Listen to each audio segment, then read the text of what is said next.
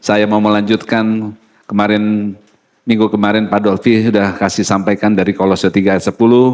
Di sana firman Tuhan katakan, dan telah mengenakan manusia baru yang terus menerus diperbaharui untuk memperoleh pengetahuan yang benar menurut gambar kaliknya. Ya, puji Tuhan. Dan bulan lalu saya ingat Pak Dolfi, itu saya langsung dapatkan sesuatu bagaimana orang yang hidup atau mengenakan manusia baru adalah seperti orang yang mengantongi matahari, lalu dari hidupannya memancar cahaya yang tidak bisa begitu padam. Saat saya mendengarkan itu, saya tiba-tiba terbersit satu pengalaman saat saya masih kecil, yaitu mengenai seekor binatang yang mungkin saat ini sudah sangat sulit ditemukan, jarang ditemukan. Mungkin generasi-generasi yang baru banyak yang belum pernah dengar. Binatang itu namanya kunang-kunang. Ya, kunang-kunang, orang itu, apa itu kunang-kunang? Ya, makanan apa? Enggak. Saya kasih lihat videonya. Ya, coba silakan videonya. Jadi ada satu binatang yang menarik waktu saya masih kecil. Ya, lihat, ini binatang ini mungkin Bapak Ibu udah sangat jarang, tapi yang generasi yang laule yang udah tua-tua masih ingat ya binatang ini. Adalah jenis serangga yang Tuh ya, wow, ya, yuk videonya nyalakan, suaranya aja matikan, biar suara saya aja yang bersuara. Ya, di situ ada satu binatang, dia memancarkan cahaya dari dalam. Tapi Bapak Ibu, apa yang hebat dari binatang ini? Ya, binatang ini dulu dimitoskan waktu saya masih kecil tuh, seperti dibilang jangan ganggu, jangan pegang, apalagi jangan tangkap binatang ini. Itu kukunya orang mati, dibilang gitu. Ya, karena dibilang begitu banyak dari kita yang sangat takut, nggak mau pegang-pegang itu. Ya, setelah kita tahu bagaimana kita belajar binatang ini begitu spesial, spesifik. Ya, jadi binatang ini selalu tinggal di tempat yang karena dia dimitoskan seperti itu, otomatis dia tinggal di tempat-tempat yang tersembunyi, tempat yang hening. Ya, makanya jangan heran di tempat tersembunyi, tempat yang tidak terusik dan tidak ada manusia, tangan manusia ikut campur tangan, dia bisa berkembang dengan baik. Tempat itulah paling banyak di pekuburan, ya paling banyak. Jadi wah, makanya orang takut, itu kedip-kedip apa? Ya, waktu saya ingat waktu saya kecil, dulu di belakang rumah saya masih banyak kebun luas. Pagi-pagi saya suka kejar, berusaha nangkap. Bapak Ibu tahu? Waktu ditangkap dikumpulin di kantong plastik, terangnya begitu luar biasa. Satu aja seperti lampu, ya orang nggak bisa tersesat. Kalau dikumpulin bisa jadi penerangan. Nah, apa yang hebat dari dia? Ya, dari binatang penghasil cahaya yang paling efektif ini. Jadi kunang-kunang itu, kalau matahari dia menghasilkan cahaya, dia ada panas yang ditimbulkan. Kalau Bapak Ibu lihat lampu seredup apapun, ya jangan coba-coba pegang yang nyala itu. Tanganmu bisa terbakar. Tapi kunang-kunang walaupun dia begitu terang, dia tidak menimbulkan efek panas. Itu yang menarik. Apa yang menyebabkan hal itu bisa terjadi? Waktu saya cari, apa sih istimewanya cahaya itu? Mungkin ada binatang-binatang lain, tapi paling menarik yang ada di daratan ini, salah satunya adalah kunang-kunang. Cahaya kunang-kunang adalah bagian dari namanya fenomena bioluminescensi. Ya, jadi itu disebabkan karena reaksi kimia antara yang namanya luciferin, yang dikenal dengan luciferase, yang berfungsi sebagai katalisator. Waktu luciferin itu berkontak sama oksigen, dia menyala seperti itu. Wah, itu istimewa, memancarkan cahaya, bisa menjadi petunjuk terang, orang nggak tersesat, bisa ngelihat jalan. Tapi yang hebat di sini ya, saya temukan bahwa kunang-kunang sebagai indikator lingkungan yang ada di situ sudah tercemar atau belum. Lingkungan itu bersih atau tidak. Wow, buat saya menarik. Ya, harusnya kita orang percaya yang hidup dalam manusia baru, dari dalam memancar sesuatu yang bercahaya, dan kita harusnya menjadi indikator sekeliling kita yang sudah tercemar, yang sudah tidak baik. Dengan keberadaan kita, mereka menjadi hidupnya dipulihkan. Dan menjadi indikator bahwa ada terang yang bercahaya, tapi tidak menimbulkan efek jerah. Melainkan menimbulkan cahaya yang membuat orang lain bisa melihat jalan keluar, melihat terobosan, melihat sesuatu yang luar biasa. Oke ya, saya ada satu pembukaan yang lain. Satu pembukaan yang menarik. Di sini saya mau kasih beberapa foto, video sudah, sorry. Mana ini? Nah, waktu bulan akhir Juni dan Juli yang lalu, saya sama istri datang ke Tomohon. Dari jauh saya lihat, ini gambar apa ya? Saya lihat di situ. Bapak Ibu perhatikan, ada satu gambar di atas seperti, saya bilang, Pak, itu apa yang atapnya seperti daun itu? Apa itu sarang burung? Yang mana? Yang ini, saya bilang. Lalu saya deketin, itu. Wah, itu bukan sarang burung. Lalu saya dari dekat saya deketin, ya. Dari yang tadi, yang ini jarak kira-kira 30-40 meter saya lihat. Saya zoom, saya dapat gambar itu. Saya penasaran, itu apa sih? Lalu saya deketin lagi sampai dekat-dekat. Wow, lalu mereka bilang, ini adalah rumah suku anak-anak suku Wana. Ya, suku Laoje. Lalu kenapa mereka buat itu? Mereka bilang begini, waktu mereka rindu kampung halaman mereka, waktu rindu bagaimana dulu di keluarganya, dia naik ke sini. Lalu mereka duduk bersama-sama membayangkan waktu mereka bersama orang tua. Saya dengar gitu hati saya bilang, aduh sedih sekali ya. Mereka dulu tinggal di pohon, bukan di rumah seperti biasanya. Mereka nggak punya nama Bapak Ibu. Mereka nggak punya, boleh-boleh boro-boro pakai baju, nama aja nggak punya, gimana pakai baju. Mereka hidup berpindah-pindah. Saya dengar seperti itu, wow. Buat saya ada juga di Indonesia makhluk seperti itu, saya bilang ya. Saya pikir itu hanya di Afrika, di pedalaman Afrika di mana. Ternyata di Indonesia masih banyak, ya, di Papua segala macam. Lalu saya, kok nggak mau jalan nih? Kita lihat. Coba next slide kita lihat. Nah, lalu saya deketin, selama ini mereka ditaruh di situ.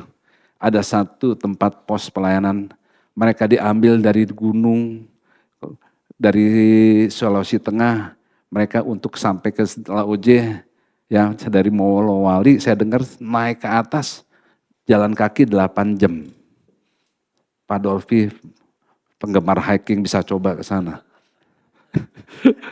Tapi maaf kata ya, jalanannya jangan bayangin kayak ke Sentul, ini jalannya tanjak terus. Tapi baru kemarin saya dengar, Pak Dokter kalau mau ke sana ada jalan baru. Lebih cepat. Tapi 4 jam juga. Masih cepat 4 jam jalan kaki. Ya, bisa naik pakai motor yang rodanya sudah dimodifikasi. Berikutnya kita lihat.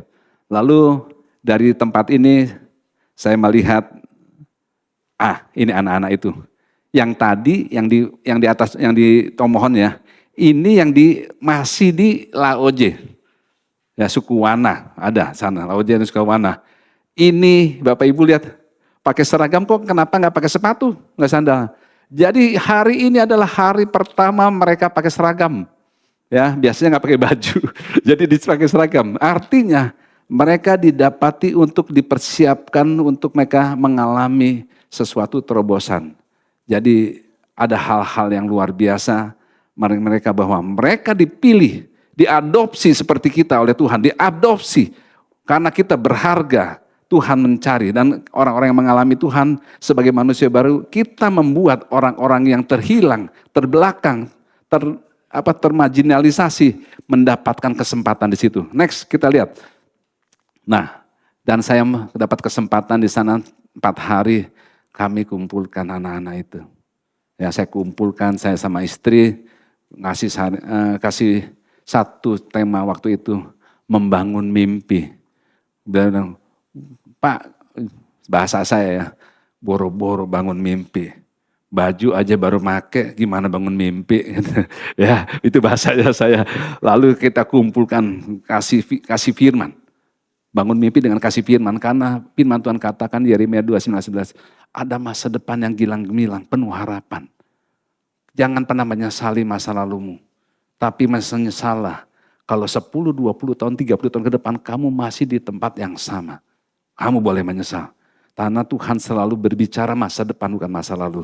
Dan saya dipercayakan 2 orang anak. Di samping istri saya tuh ada 2 anak yang dari sekolah OJ, dari SD, setelah selesai diambil SMP, taruh di Tomohon sampai SMA. Lalu kami sekolahkan 2 anak ini. Dan mereka sekarang udah semester 3 di sekolah perawat di Tomohon ya. Berikutnya kita lihat. Nah, puji Tuhan saya diketemukan sama orang-orang yang cinta Tuhan, dan kami ketemu kira-kira 20 tahun 92, 32 tahun yang lalu. Ya, ketemu lagi ya kemarin 32 tahun yang lalu kami ketemu, ada ibu gembala yang sebelah kanan saya sama anaknya sebelah kiri. Itu adalah keluarga hamba Tuhan, kakaknya yang besar yang saya kenal lebih dahulu sudah nggak ada, sudah almarhum. Berikutnya kita lihat lebih cepat. Nah, diketemukan dengan orang-orang yang luar biasa. Oleh mereka saya kenal firman lebih dalam ya. Ada di tengah mereka yang baptis saya sama istri di Ambon ya. Dan sebelah kiri pasangan yang kemarin minggu lalu kita diperlengkapi untuk bagaimana memperlengkapi anak-anak sekolah minggu PAUD, dan mereka adalah dulu ketua yayasan salah satu untuk cabang di Tomohon. Next kita lihat. Nah, di sini saya melihat ada 2 figur. Kenapa saya gambar mereka? Mereka adalah salah satu contoh bagaimana seorang pemimpin yang sebelah kiri itu 2 pasang. Mereka memimpin satu organisasi yang sekarang sangat besar, namun mereka terus tahu bahwa mereka merintis, memulai, dan dia dengan hati besar, dengan segala fasilitas yang terbatas segala macam. Mereka mempercayakan untuk satu pasang di sebelah kanannya ya, yang sebelah kiri yang baju merah, mereka 7 tahun merintis di Tomohon. Dilanjutkan yang pasangannya yang di sebelah kanan saya, yang sebelah kanan yang Bapak Ibu lihat, yang baju krem ya, coklat muda, itu 15 tahun di Tomohon. Dan dilanjutkan oleh generasi yang sekarang saya fotonya dia nggak ada. Ya, mereka mengambil foto ini untuk memperlihatkan bahwa mereka yang telah menaruh batu pijakan untuk menjangkau di daerah Tomohon dan sekitarnya, bahkan Maluku dan Papua.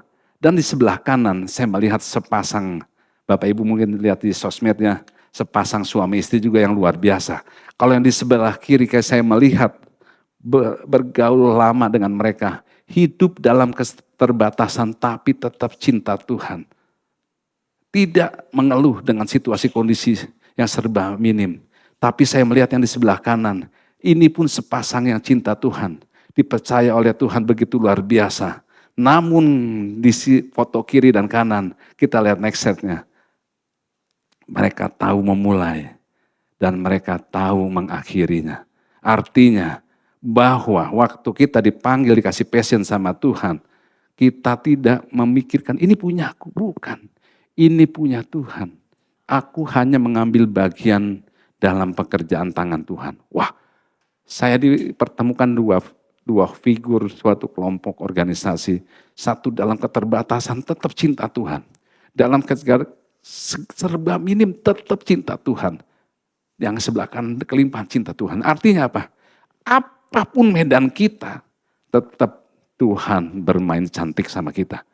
Selama kita bisa merespon dengan baik. Kita mulai, tadi introduction cukup panjang ya, kita lihat. Ya, apa yang kita mau bawa hari ini? Kita lihat, ini. Untuk kita ngerti tujuan hidup seperti yang Tuhan mau. Hanya satu judulnya, hidup dalam kerukunan. Ya seperti lagu tadi, kita mau mulai hidup dalam kerukunan. Dan Kolose 3 ayat 10 sudah kita dapatkan. Mazmur 133 ayat 1. Silakan Pak Hatta baca. Mazmur 133 ayat 1. Nyanyian jarah Daud, sungguh alangkah baiknya dan indahnya apabila saudara-saudara diam bersama dengan rukun. Yes, hidup rukun Bapak Ibu, saudara sekalian, itu tidak bisa datang sendiri.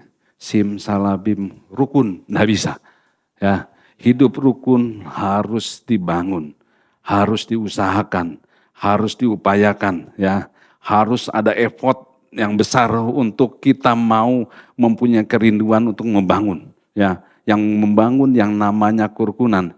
Karena namanya kerukunan ini sekarang ini menjadi barang langka, sulit ditemukan. Banyak orang berkamuflase kelihatannya rukun di dalam, ya, di luar rukun, di dalamnya amburadul.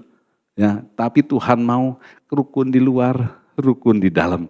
Ya, di pekerjaan, di rumah tangga, di segala aspek kehidupan, bahkan di pelayanan.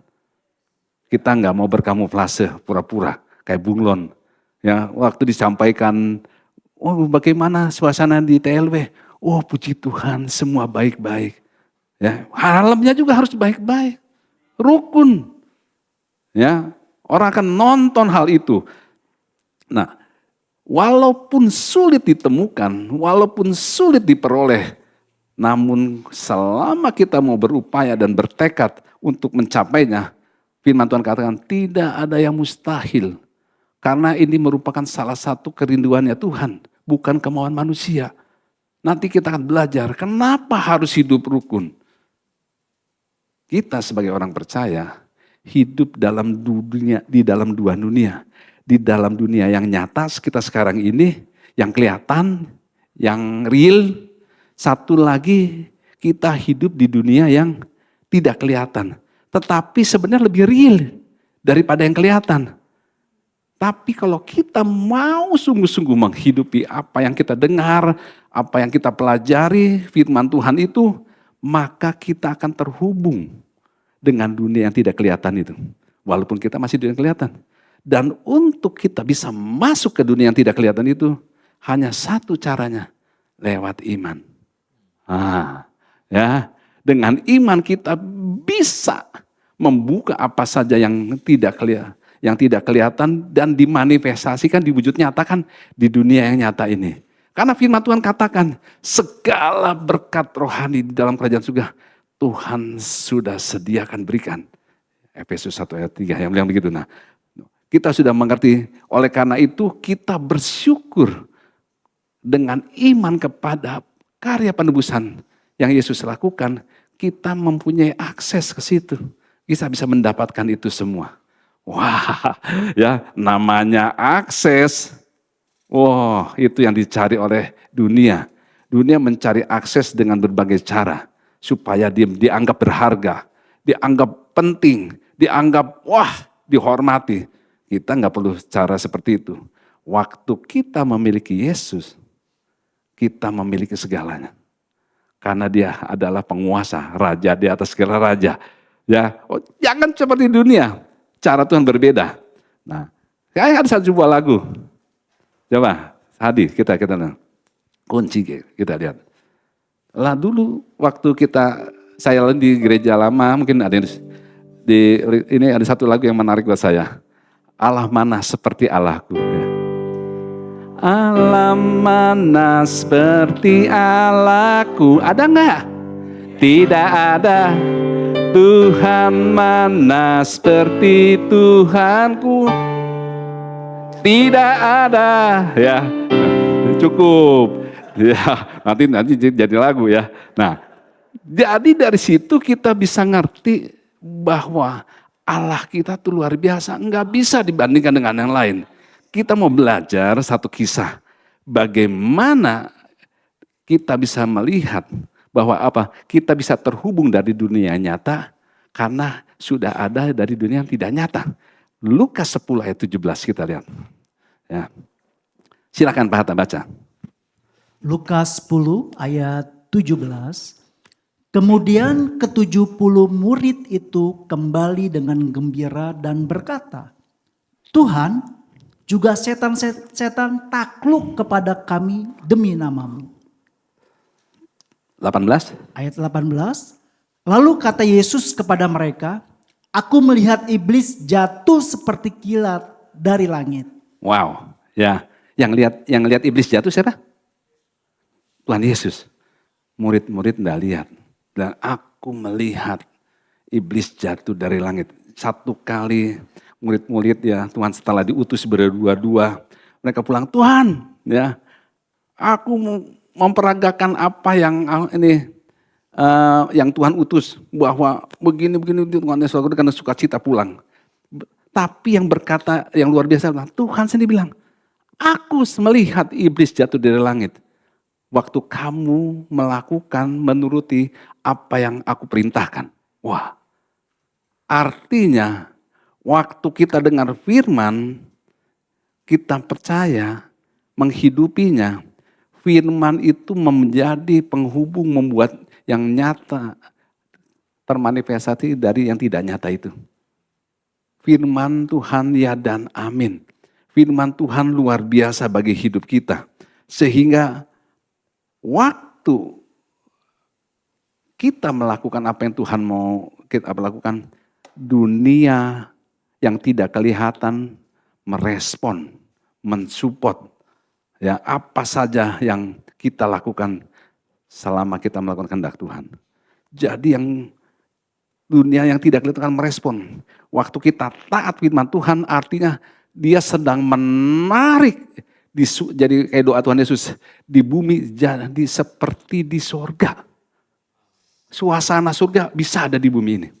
Saya bilang, wow, luar biasa ya. Jadi jangan bingung. Tuhan Yesus gimana jadi Yesusnya? Selama kita melakukan apa yang firman Tuhan katakan, tidak ada hal-hal yang mustahil. Ya, dengan cepat seperti itu. Jadi kita harus ngerti, waktu Tuhan Yesus mati di kayu salib, seringkali orang bilang, iya Tuhan Yesus mati di kayu supaya kita masuk surga. Padahal tidak hanya itu. Kita harus mengerti bahwa supaya kita terkoneksi dengan Tuhan Yesus mati di kayu salib, supaya kita bisa terkoneksi sama sumber kehidupan kita itu dengan Allah Bapa. Jadi kita bergerak di alam supranatural, ya kehidupan kita yang benar di situ termanifestasi kita di kehidupan yang natural seperti itu. Kita harus ngerti surga itu adalah tempat, bukan tujuan. Surga itu tempat, tapi bukan tujuan. Ya, tujuan Tuhan Yesus mati bagi kita supaya kita kembali dapat mengasihi Dia, mengenal Dia dan mengasihi Dia. Oleh karena itu kita mengerti kenapa kita ditebus. Ya, kita harus tahu juga pada waktu Tuhan Yesus naik ke surga. Wah, waktu Tuhan Yesus naik ke surga, Tuhan Yesus bilang begini, terlebih baik aku pergi supaya nanti ada penolong. Ya, ada penolong yang akan bergerak lebih leluasa, lebih hebat. Maksudnya apa Tuhan Yesus bilang menyampaikan hal itu? Karena selama Tuhan Yesus ada di bumi ini, tubuh jasmaninya membatasi. Jadi pada waktu seorang murid ketemu Tuhan Yesus, orang-orang ketemu Tuhan Yesus, mereka harus apa?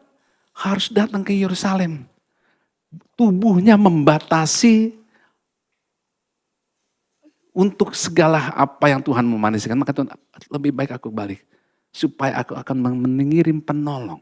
Dan kamu akan mampu melakukan apa yang aku lakukan. Bahkan lebih.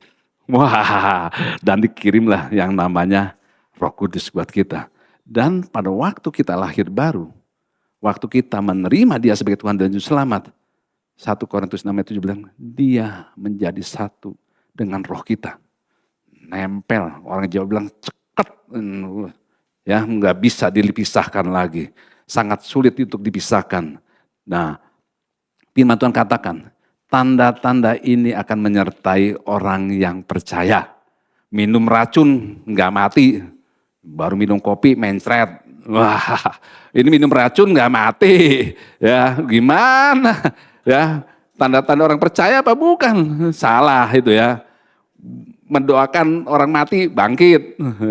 Ini enggak didoain malah mati. Kalau terbalik enggak terbalik begitu ya.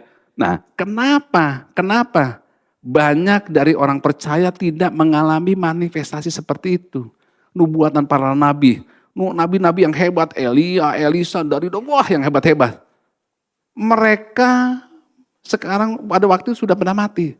Mereka menubuatkan. Dan sebenarnya mereka menantikan apa yang kita nikmati sekarang. Artinya kita sedang hidup di zaman nubuatan para nabi itu. Segala kuasa yang terbaik yang kita mau rasakan tentang roh yang menjadi satu itu seperti apa? Apa sih rasanya Roh Kudus di dalam diri kita? Manifestasinya kayak gimana? Firman Tuhan katakan, kamu bisa melakukan apa yang aku lakukan, kata Tuhan Yesus. Bahkan lebih. Nah, ya, kalau di BBL kita setiap hari, bagaimana kita menerima, bagaimana manfaatnya. Salah satunya ini yang kita bisa lakukan. Lalu kalau kita tidak melakukan apapun juga, siapa yang duduk di hati kita?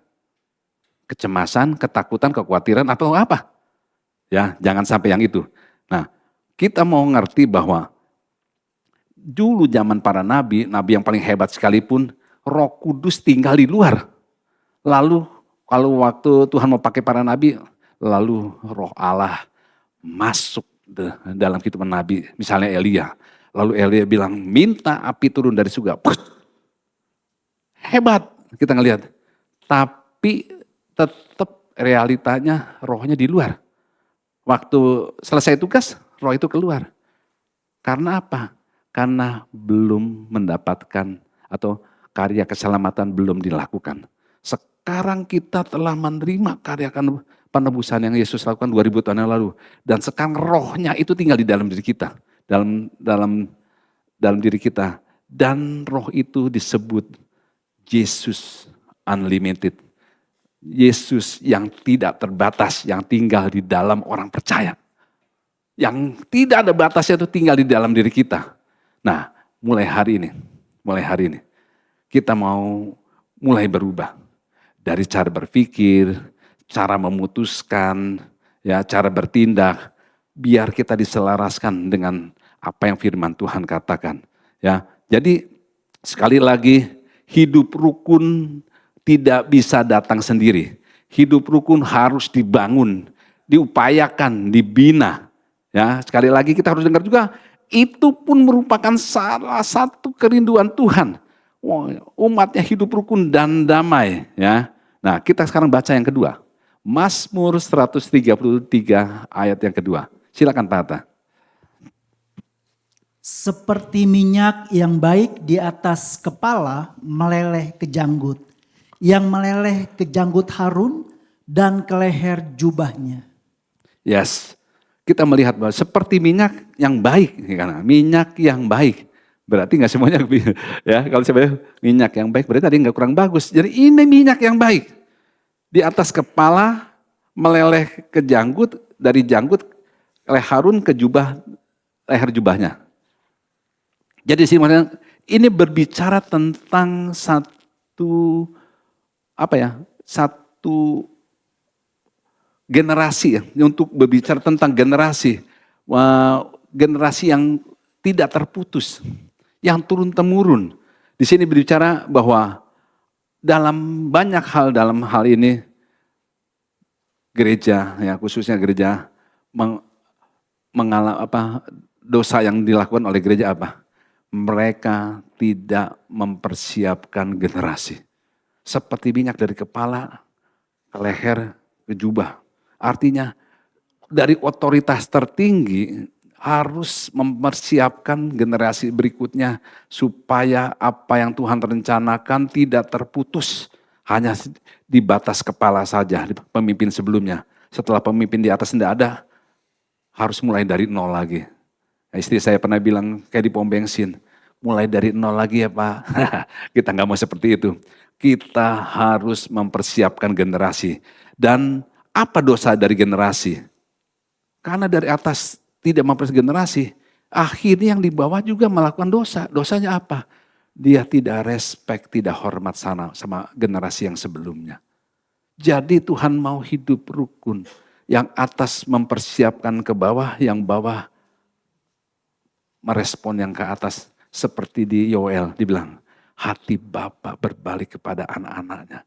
Dan hati anak berbalik kepada orang tuanya. Wow, itu yang Tuhan maukan. Nah, sehingga apa?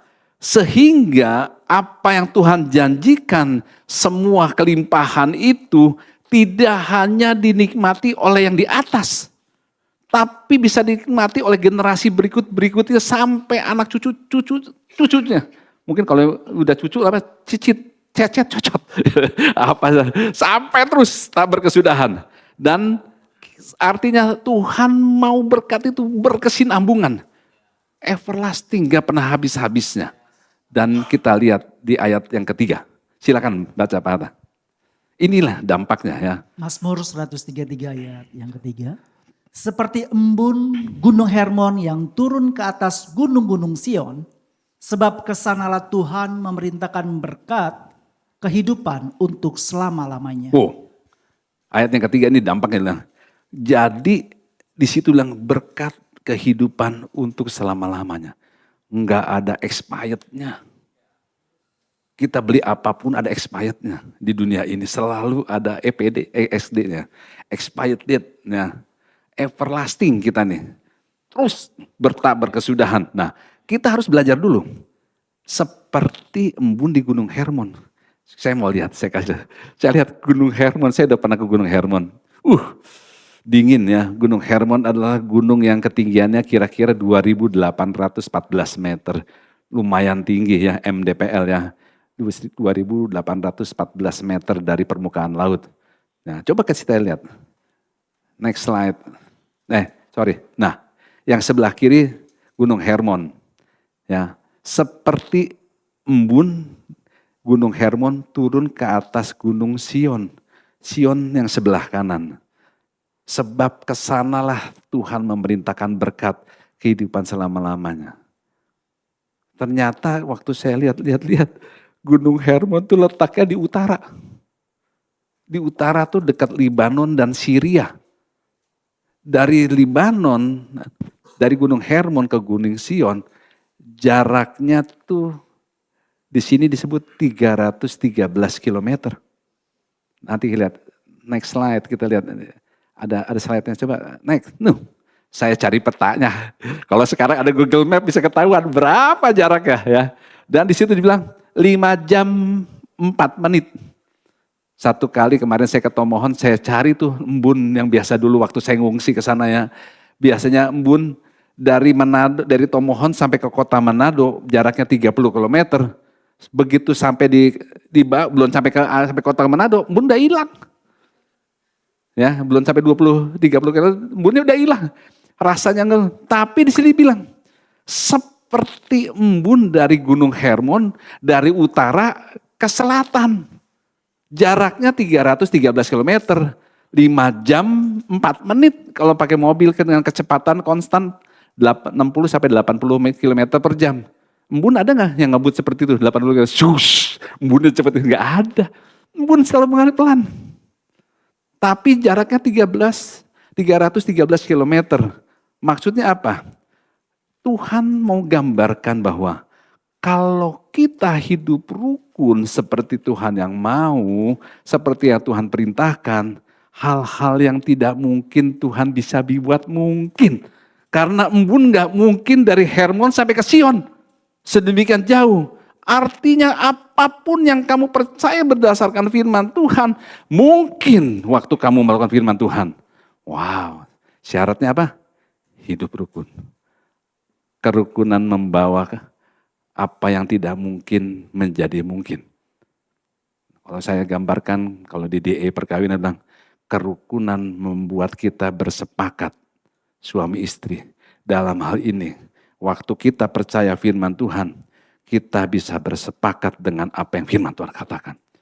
2 orang atau lebih bersepakat dalam namamu. Apapun yang kamu minta, semuanya pasti dikabulkan. Termasuk Gunung Hermon ini. Wow, luar biasa ya. Jadi kita menikmati. Jadi Gunung Hermon itu saya mendapatkan tempat yang tinggi. Tempat yang dimana penuh dengan kesuburan. dengan kondisi seperti itu. Sedangkan Gunung Sion di sini berbicara tentang satu pemerintahan yang dipimpin oleh seorang raja. Di dalamnya ada satu pagar pembatas, di dalam dipimpin oleh yang namanya kerukunan. Wow. Makanya dari tempat yang tinggi masuk untuk mencapai Gunung Sion. Batas pembaganya itu namanya kerukunan. Tuhan begitu respect, begitu sangat mau dengan yang namanya kerukunan. Makanya kerukunan gak gampang. Susah, langka. Tapi bisa kalau kita mau. TLW pasti bisa. Ya, kalau kita punya sikap hati yang sama. Jadi Gunung Sion atau Sion adalah tempat orang-orang yang hidupnya mau diubahkan. Hatinya transparan terhadap firman Tuhan. Dan di bawah pemerintahan yang diperintah oleh Roh Kudus. Yang kita sebut kerajaan Allah. Disitulah Allah bertata. Wow, ya luar biasa ya. Jadi saya ingat juga bahwa di Sion itulah Daud membangun sebuah kemah. Kemahnya Daud beda sama kemahnya Musa. Kemahnya Musa itu karena Tuhan yang suruh, Musa kamu harus bangun kemah. Ukurannya begini. Nanti ukirannya setiap inci demi inci, detailnya, pokoknya harus begini. Bahkan penutup untuk semuanya itu harus dari kulit lumba-lumba. Bisa bayangkan Ibu, Bapak Ibu, kalau mau cari lumba-lumba di padang gurun di mana? Ya, kalau mau cari lumba-lumba di pinggir pantai, bisa kan cari tuh lumba-lumba. Di padang gurun disuruh cari lumba-lumba. Tapi karena Tuhan yang suruh, pasti bisa. Gimana cara Tuhan yang suruh? Karena kita diperhadapkan dengan hal-hal, Tuhan suruhnya aneh-aneh. Karena kita berusaha menangkap perintah Tuhan, menangkap apa yang firman Tuhan katakan dengan otak kita. Pada waktu kita berusaha untuk mengerti apa yang Tuhan mau, otak kita bisa pecah. Saya sering menyampaikan bahwa otak Einstein yang paling pintar, waktu dia mati dibuka, otaknya baru kepake berapa? 4%. Saya bilang, orang yang paling pintar aja baru kepake 4%. Lalu yang 96% gimana? Yang 96% itu adalah God's space. Ruangannya Tuhan. Makanya Tuhan gak pernah tinggal di otak. Dia gak butuh dia mengerti. Tapi dia butuh dipercayai. Maka dia tinggal di hati. Makanya kita disebut apa? Orang percaya, bukan orang mengerti. Ya, kita orang dipercaya. Makanya kita lah orang percaya. Orang yang tahu isi hatinya Tuhan. Bukan mengerti. Ya. Tuhan gak perlu dimengerti. Percaya aja. Beri tepuk tangan buat Tuhan Yesus dulu. Ya. Nah, lalu si Daud membangun satu kemah yang tidak disuruh oleh Tuhan. Padahal firman Tuhan katakan, waktu Musa melakukan apa yang tidak disuruh oleh Tuhan, Tuhan murka. Tapi Daud membangun kemah yang tidak disuruh oleh Tuhan. Tapi Daud enggak dibunuh. Kemah Musa begitu mewah, lapis emas begitu indah. Pada waktu masuk ke dalam kemah, di dalamnya ternyata tidak ada tabut perjanjian. Kemahnya si Daud kecil. Kayak kemah orang-orang bikin pramuka. Tapi waktu gitu masuk, di dalamnya ada tabut perjanjian. Dan ini ditulis di Kisah Rasul 13 ayat 22b. Silakan Hatta baca. Kisah Para Rasul 13 ayat 22b. Tentang Daud, Allah telah menyatakan, aku telah mendapat Daud bin Isai, seorang yang berkenan di hatiku dan yang melakukan segala kehendakku. Wow, karena perjanjian, Tuhan lihat adanya perjanjiannya penting. Makanya Di kayu salib lah Tuhan membuat perjanjian. Namanya perjanjian baru. Karena Yesus kita buat perjanjian. Wah, ada nggak di hati kita ada tabut Allah itu? Ada perjanjian dengan Allah. Selama kita pegang perjanjian dengan Tuhan, apapun yang kita lakukan, dia akan support, dia akan melakukan bagian untuk kita. Nah, waktu Daud menjadi raja pertama kali, apa yang dilakukan? Dia merebut tabut Allah itu, dikembalikan ke posisinya. Itu yang terpenting, sejak tabut Allah itu dikembalikan, firman Tuhan katakan, selama 13 tahun Daud berperang, firman Tuhan katakan, dia tidak pernah kalah. Nah, jadi waktu kita mengutamakan Tuhan yang pertama dan terutama, firman Tuhan katakan, kamu akan dibuat berhasil dan kau akan beruntung di dalam Tuhan. Wow, ya, ada perjanjian di dalam firman-Nya. Jadi Tuhan mau kasih tahu, untuk ketemu sama Tuhan enggak perlu tata cara segala macam seperti yang dibuat oleh kemah Musa. Tapi pada waktu ketemu Tuhan, kita bisa langsung ketemu dengan adanya Roh Kudus itu. Enggak usah lewat ruang ini, ruang itu. Tapi kita sekarang dengan korban karya salib Kristus, dia tinggal di dalam hati kita. Daud walaupun tinggal di dalam perjanjian lama, dia mendapatkan pewahyuan revelasi di perjanjian baru. Untuk datang sama Tuhan enggak perlu ribet. Nanti ada roh yang tinggal di dalam diri kita. Ada yang suatu kuasa dari Allah yang tidak akan keluar masuk lagi. Dan itu namanya perjanjian di dalam Kristus Yesus yang sekarang kita alami. Lah itu. Nah, kita akan melihat waktu di Sion itu ada apa lagi? Di Sion ada satu tempat yang, jadi di Israel itu ada beberapa gunung, ada 3 gunung yang sangat sulit dikalahkan. Tadi ada gunung Hermon, ya, ada gunung ada Hebron, banyak ada orang raksasa. Tapi ternyata salah satu gunung yang paling sulit dikalahkan adalah Gunung Sion. Kenapa sulit dikalahkan? Di Gunung Sion inilah ada satu suku yang namanya suku Yebus. Nanti Bapak Ibu bisa cari suku Yebus. Suku Yebus artinya tempat pengirikan. Tempat pengirikan tuh waktu ada anggur tuh diinjak-injak ya. Tempat pengirikan. Maksudnya suku Yebus apa? Suku Yebus adalah suku yang membelenggu, membuat orang Israel hidup dalam belenggu, dubaim, ya, namanya religion spirit. Kita baca apa yang dimaksud dengan musuh-musuh yang diibaratkan suku Yebus itu. Amsal 6 ayat 17, kita lihat. Silakan Hatta.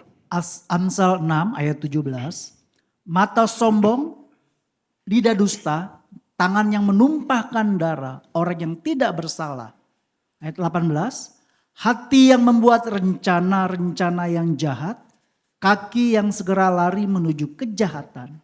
Ayat 19, seorang saksi dusta yang menyembur-jemburkan kebohongan dan yang menimbulkan pertengkaran saudara.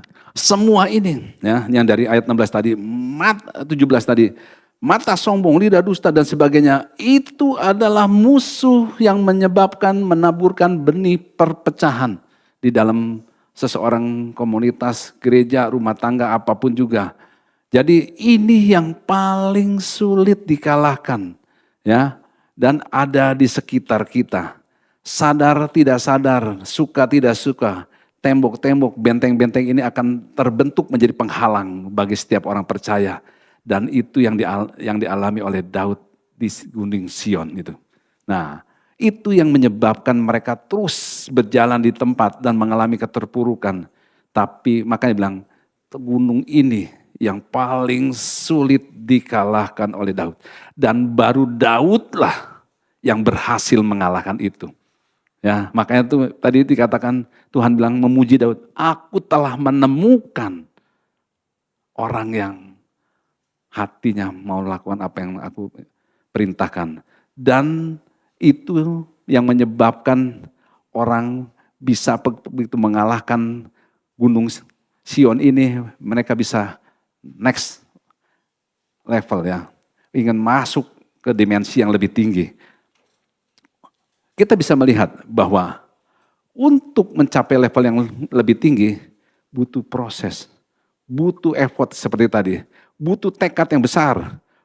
Roma 8:28 bilang, dengan keadaan yang tidak baik yang disebutkan di situ, Tuhan bisa mengubahnya untuk membawa kita kepada entering the next level. Nah, sekarang tadi kita udah dengar di Mazmur 133 ayat 2 bilang, minyak yang baik. Nah, minyak yang baik tuh ramuannya apa? Kalau di BSD ada soto yang paling enak. Kita harus tahu enak standarnya apa. Ya. Di Bandung kemarin kopdar, di sini makanannya paling enak. Tapi bilang minyak yang baik. Kita yang pertama lihat. Apa sih ramuan yang minyak yang baik? Yang pertama firman Tuhan katakan, mur. Bukan baut ya, mur. Langsung mur. Masa minyak yang baik pakai mur, pakai baut, bukan. Mur berbicara tentang tidak mempertahankan hak. Wah, saya mur itu berbicara kenapa minyak yang baik. Untuk mencapai kerukunan butuh namanya minyak yang baik. Yang pertama adalah mur. Artinya tidak mempertahankan hak. Kita harus mengerti teladan yang paling sempurna yang adalah Yesus. Yesus tidak mempertahankan haknya. Dia menanggalkan semua atribut keilahiannya. Dia datang ke dunia ya untuk menebus kita. Supaya kita mendapatkan minyak yang baik itu. Makanya dia mau menanggalkan haknya. Supaya dia bisa menggenapi rencana Bapa di sorga. Dan kita menerima kemuliaan Bapa. Wow, luar biasa ya. Nah, saya bisa menggambarkan Tuhan Yesus mengosongkan dirinya. Kalau di tempat kamar praktek saya tuh, saya praktek selalu pakai sarung tangan. Sarung tangan macam-macam. Macam-macam harganya, merek A, B, C. Semahal apapun sarung tangan, selama tangannya nggak ada gunanya. Pernah nggak lihat sarung tangan bisa jalan sendiri, operasi sendiri? Nggak bisa. Kalau tidak, itu kalau film kartun ada ya. Dulu saya lihat film kartun bisa terbang itu.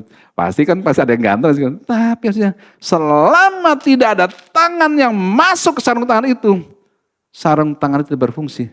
Kita tuh seperti sarung tangan. Kalau tidak ada tangan Kristus di dalamnya, apa yang kamu bisa buat? Firman Tuhan katakan, di luar aku kamu tidak bisa berbuat apa-apa.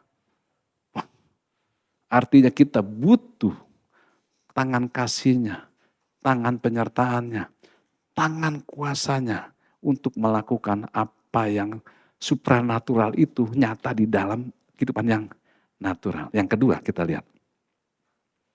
Yang kedua, kayu manis. Orang Manado sering pakai kayu manis. Dia bikin kayu manis ya. Kasih bikin bubur Manado pakai kayu manis nggak?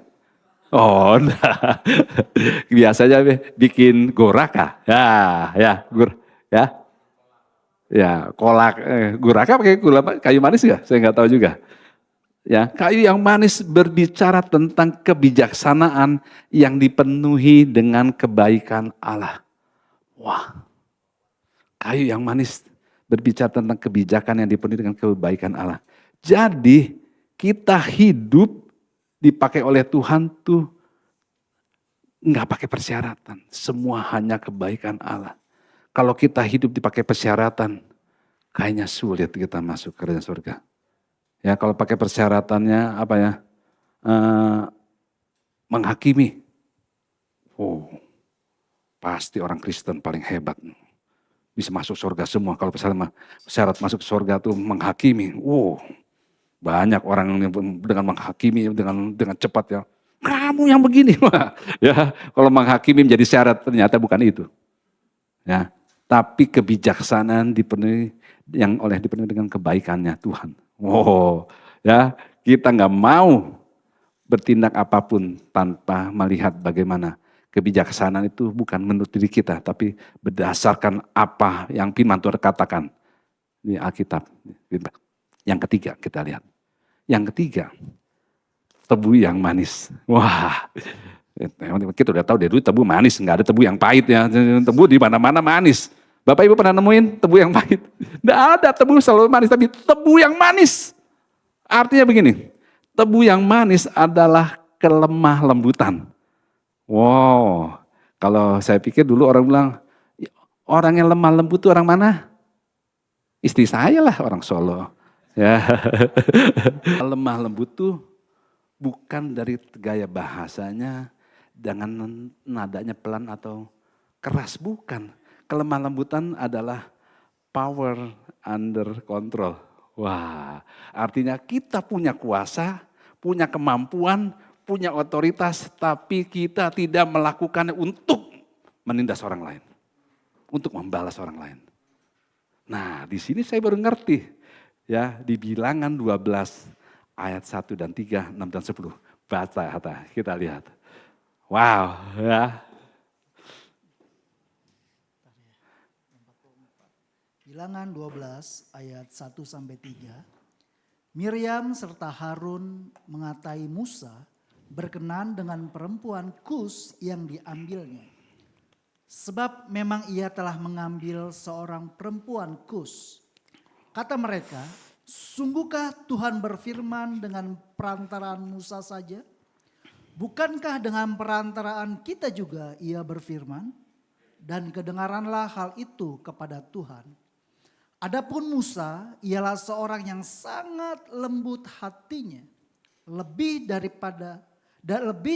dari setiap manusia yang di atas muka bumi. Bentar, sampai situ dulu. Bilang, kita udah ngerti, Bapak Ibu udah tahu kan? Yang nulis kitab ini siapa? Musa, dia bilang.